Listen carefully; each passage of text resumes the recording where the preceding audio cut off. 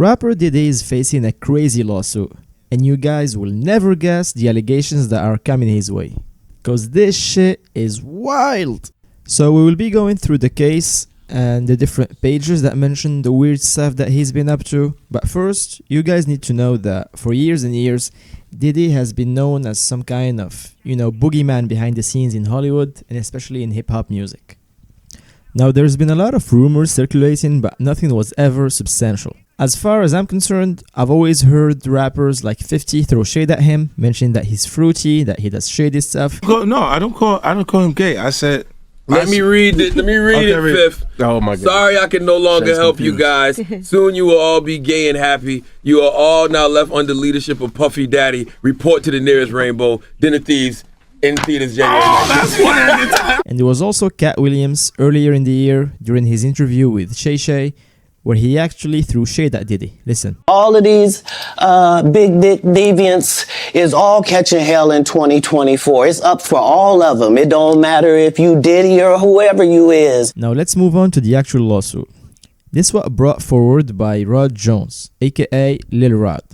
He is a producer that works with Diddy on his album Love, and he works exactly on 9 songs. That being said, he hung out with Diddy a lot between his mansions and houses in New York, the Virgin Island, Miami, and LA. Lil Rod says that during that period of time, he was constantly harassed by Diddy and kind of groomed and being warmed to the idea of having homosexual intercourse with him, allegedly. Now, this in itself wouldn't be crazy, but the measures and the lengths that Diddy went to actually try to get this guy in his bed are crazy. So listen up. So allegedly, Diddy would walk around naked in the house in front of Lil Rod and just randomly grab his butt or his genitals. He would also call him up to watch him shower, which is really weird. And Lil Rod says that in order to warm him up to the idea of, having sex with him, Diddy would tell him that this is standard in the industry. He would also show him videos of other people in the industry having sex with men and saying like, this is normal if you want to make it. Honestly, I kind of believe him on this part. Hollywood and actually the whole celebrity sphere seems to be running on butt fucking people. Stop it. What's crazy is that Diddy told Lil Rod that he had sex with 2 prominent people. The first one referred to in the lawsuit as a Atlanta rapper that used to date Nicki Minaj. And the second one is an R&B singer that had a Super Bowl halftime show and a successful residency in Vegas. Now honestly, we can't really mistake much here. The first Atlanta guy has to be Meek Mill and the second one has to be Usher. Now what's crazy is that there's a lot of clips of Diddy with these two, fooling around, and one might just think that these are friends, that they have, inside jokes and whatever, and they're fine being weird and goofy around each other. But with these revelations, clip with Meek Mill hanging out with Diddy started looking sus as fuck. Take a look at this one. Man, you doing it, man. You deserve it, daddy. You putting in that work. So Meek actually went berserk on Twitter or X, and he said every type of word except denying that this ever happened. Now, who calls their homie daddy in that way, in a pool? That shit is weird as fuck. As far as Usher goes, he kind of looks fruity, but I would guess that that's his trademark to kind of appeal to ladies at this type of pretty boy persona. But I wouldn't put it past Diddy to have clapped those cheeks. In addition to that, there's some clips with JB when he was coming up, and that stuff looks borderline pedophilic. Look at this shit. Everything's good? Selling out arenas and everything? Starting to act different, huh? You ain't been calling me and hanging out the way we used to hang out. Well, you try to get in contact with me, through all my, partners and whatnot. Mm-hmm. But you never really got my number, so. Right, okay. My number? Yeah. Now, in addition to taking man butts, there's also an apparent murder in the case where Diddy and his son killed this producer in a restaurant restroom and then called some kind of fixer that they know that would kind of clean the scene, like Mr. Kaplan in Raymond Reddington.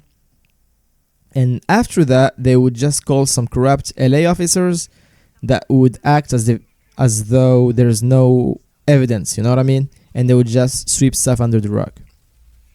Lil Rod alleges that the CEO of Universal actually spends hours upon hours with Diddy locked in his bedroom.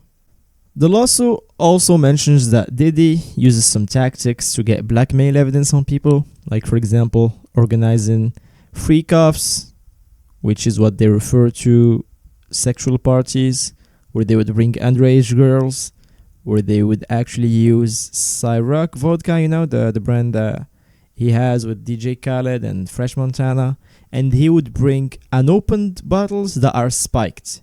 Like, this is freaky as fuck. And he would tell the people that working for him, these bottles go for these people, and these bottles are for me and my friends. And then he would gather evidence, videos and whatnot, and use that as blackmail on famous people. Now this makes me think of Jeffrey Epstein, and we'll have to wait and see if Diddy is actually saved by his handlers, or he's just, you know, unalived. Woof. Like, this stuff is kind of shocking. Diddy went from the guy, the gangster that is allegedly the reason why Tupac got popped, to a guy that takes men's asses. Yeah, so to end this video, I compiled some Diddy sus fruity moments for you guys. Now watch this stuff and make up your own mind. Do you think that the allegations are true? Let me know in the comments. Like and subscribe. Thanks a lot for watching. And that's it for me. This is too much degeneracy. I'm going to put the link for the lawsuit in the description. You guys can check it out. There's a lot of pictures and details in there. And yeah, thanks a lot for watching. And see you in the next video. Peace. I like when you scrambling and scraping for shit. No. I like that. You know, I've been practicing. I got look back on where I became. Did you miss me though? For real, because I'm saying it seems like a thing. I with miss this partying birthday with party, Puff, man. Man, but I'm talking about for your birthday. Huh? Why won't you party with me for your birthday, man? We partied for my birthday before. You came to my party. No, but me and you ain't never really party. You know what I'm saying? So it's the end of the night, and then we'll my family reunion to Vibrations. So if I make it out tonight, I just got new albums. Such a vibe.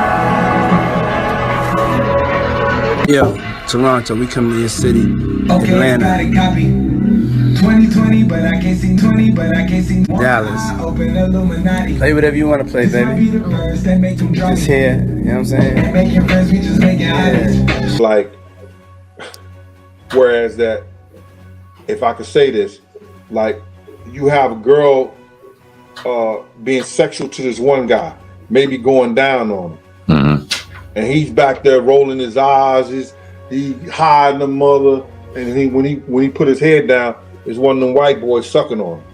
Oh. You understand? That has happened. You understand what I'm saying? Then you got these guys who, they go into these Turkish houses.